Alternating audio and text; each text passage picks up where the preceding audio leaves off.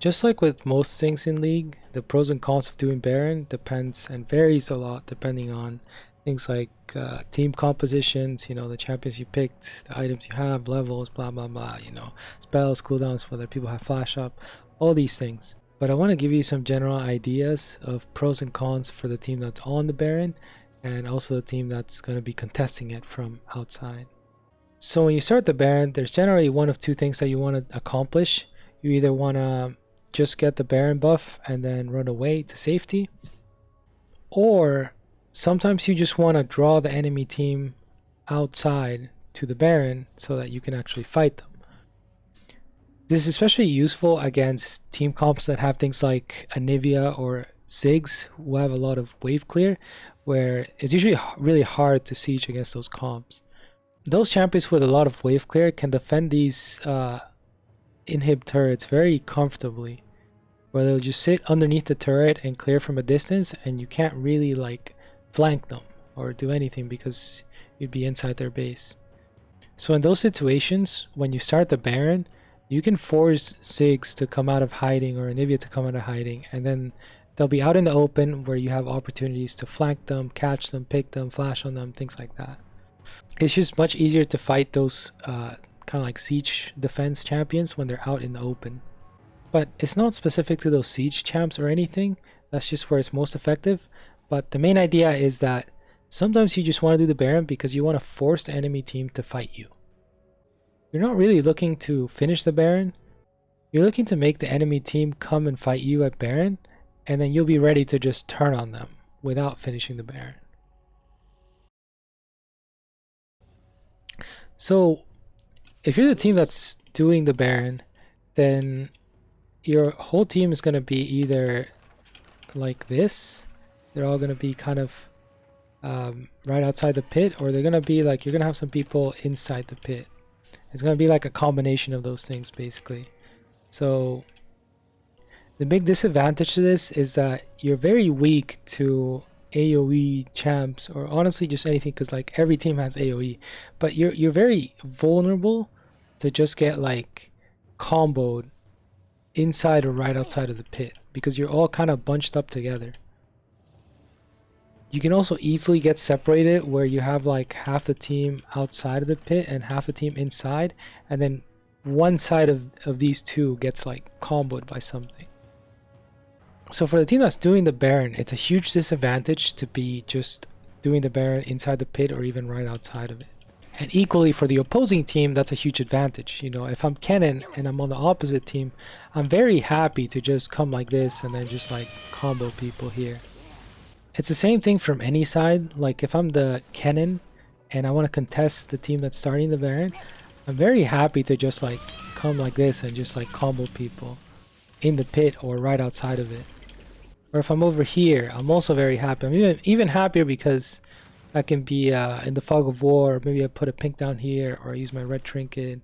You have a lot of angles here where you can basically press like your old flash, whatever it is. And you don't even have to be an engaged champ or anything like this.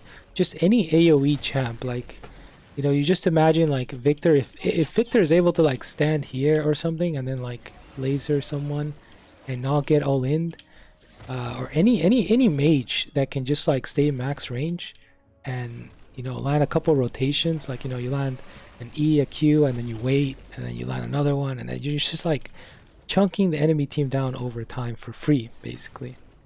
These kind of AoE champs or mages or any engaged champs, they will absolutely destroy your team if they stay inside or right outside the pit for too long. Sometimes having the team that's doing the Baron bunch up at the pit can't really be avoided, but a lot of times you're able to just have like one or two guys, usually one guy just like waiting, you're kind of like setting up a trap. Okay, so for example here, imagine now I'm the Kennen that's on the same team as the team that's doing the Baron. Now I'll just wait here with my pink ward, and when the enemy team walks through like this, say they're like I don't know, but okay, say they're like in that ward position, right? I'll just wait until they get kind of like close enough, and then I'll do the same thing. I'll just like ult flash on them.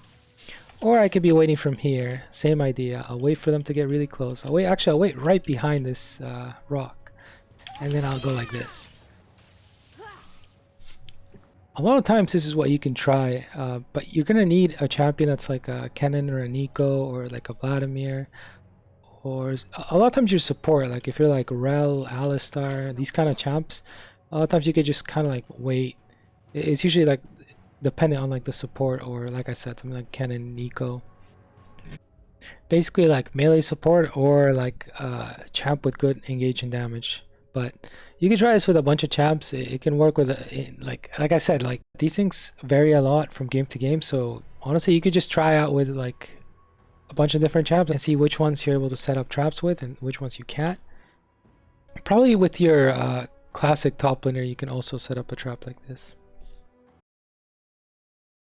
Okay, so another big disadvantage of doing the Baron is that the team that's doing it is going to take some of their HP doing this Baron. Again, this depends on like a million things, but you can assume they lose like say like 20% of their HP or maybe 25%. And so basically, like, imagine both teams are even, and say, like, in the perfect world, like, the team fight would just turn out and all 5 people on both teams would die. So a team fight would result in all 10 players dying. Well, if you're doing the Baron and it takes away like 20 to 25% of your HP in this scenario, then if you take those same teams that previously went even on the team fight, but now you have them fight here in the Baron, well, the team that's doing the Baron is just going to lose because they're essentially doing that same 5v5 fight, but now they're starting with only 80% of their total HP. And this is one of the big disadvantages of doing Baron, is that you lose a good amount of HP doing the Baron. Sometimes it's just one guy that loses a lot of health, sometimes it's like the whole team. This was actually my inspiration for this video because I see this mistake a lot. If you're the team that's not on the Baron, you're actually the team that's contesting it. If you're able to, if you really want to maximize this HP disadvantage thing, you really don't want to engage the enemy team right away as soon as they start the Baron.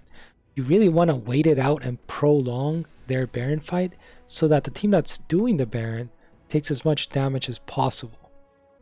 The lower the Baron is, the more damage that they will have taken. And the more advantageous it'll be for the team that's coming in to contest that Baron. So usually when you're contesting it, if you can help it, please wait as long as possible to actually start the fight. Obviously don't wait until the Baron's like 2000 HP or something. Like, try and wait until it's above 2000 HP. Because if it's like 2000 or less, it's like way too low, where it's like in smite range. So you want to maybe at like 3k and above or something like this. That's like kind of like an optimal HP to like, you know, start fighting, you know.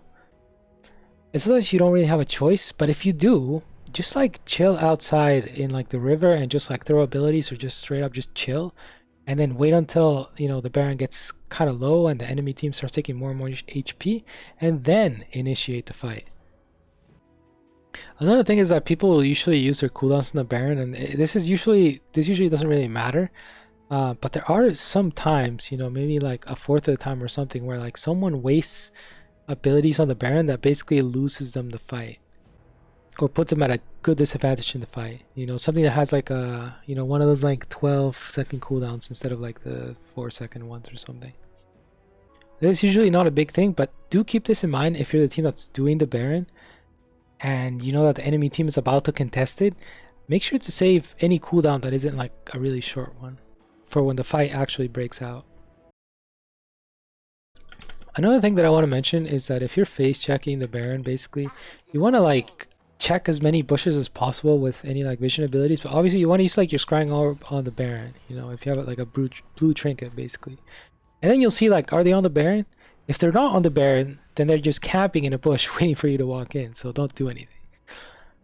But if you do see them on the Baron, then you're like, oh, okay, I can like walk in, and then, you know, you can like walk into the bush kind of safely. If you only see some of them, then you still sometimes have to use like abilities to like check bushes, or just like walk slowly, you know, make sure everyone's together. Not 100% together because then you like lose to a cannon or something, but like make sure you have like a tank or something, like using abilities that can face check the bush. or just walking in slowly. Yeah, and then hopefully you're able to get close and then check their positioning. But basically, make sure as a team that's coming in to like kind of check for the, check and ward, put your like control ward, normal wards on the bushes.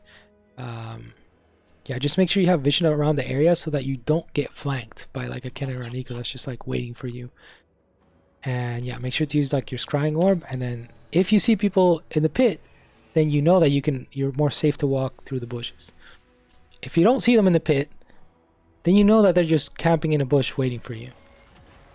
Okay, let me know what you guys think in the comments down below. If you enjoyed this video, make sure to leave a like, comment, and subscribe. This has been Amaro2582, and I'll see you guys in the next one. Peace.